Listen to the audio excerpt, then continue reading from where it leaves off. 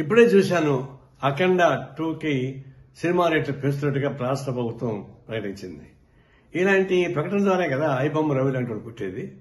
మీరు కోట్ల రూపాయలు ఖర్చు పెట్టి సినిమాలు తీసేసేవాళ్ళు ఆ డబ్బులు మొత్తం ప్రజల మీద భారం వేయాలని ప్రయత్నిస్తుంటే ఇది ఎవరికి న్యాయం? కాబట్టి ఇంకా ఈ విలువైన కాస్ట్లీగా ఉన్న సినిమాను చూడడానికి ఇష్టమైన ప్రజానీకం ఐబొమ్మ రవి లాంటి వాడు చేసిన సినిమాలు చూస్తున్నారు. మీరే సూచిస్తున్నారు. మళ్ళీ అతను అరెస్ట్ చేసే హక్కు మీకు ఎక్కడ వచ్చింది? ఈ ప్రభుత్వానికి నైతిక హక్కు లేదు. ఐబొమ్మ లాంటి వాళ్ళని అరెస్ట్ చేసే నైతిక హక్కు మీకు లేదు. ఎందుకంటే మీరే సృష్టిస్తున్నారు అటువంటి వాళ్ళని. ఇప్పుడు ఆయన జైల్లో పెట్టి ఇంకా చాలా మంది వస్తారు.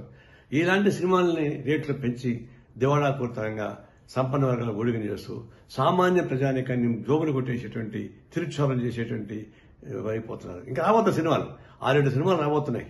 అవి ఎందుకు పెంచుతారు ఇంకా అంటే అట్లా పెంచుకుని పోయి ప్రజలను భారం వేస్తుంటే ఇట్లాంటి ఐబొమ్మ రవి లాంటి వాళ్ళు చాలా మంది పుడతారు.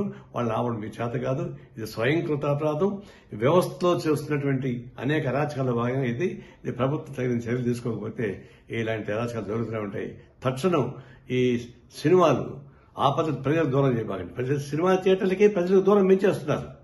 సినిమా థియేటర్లు 100 రోజులు 50 రోజులు ఆడుతూ ఉంటే జనం చూస్తారు. సామాన్య ప్రజానీకం మీరు 3 రోజులు మొత్తం డబ్బులు వారుకున్న తర్వాత అది ఎవరు చూస్తారు? అంటే సినిమా థియేటర్లకి ప్రజానీకానికి దూరం చేస్తున్నారు. కళామతలకి ప్రజలకు దూరం చేస్తున్నారు. ఇది అత్యంత ప్రమాదకరమైన ధోరణి.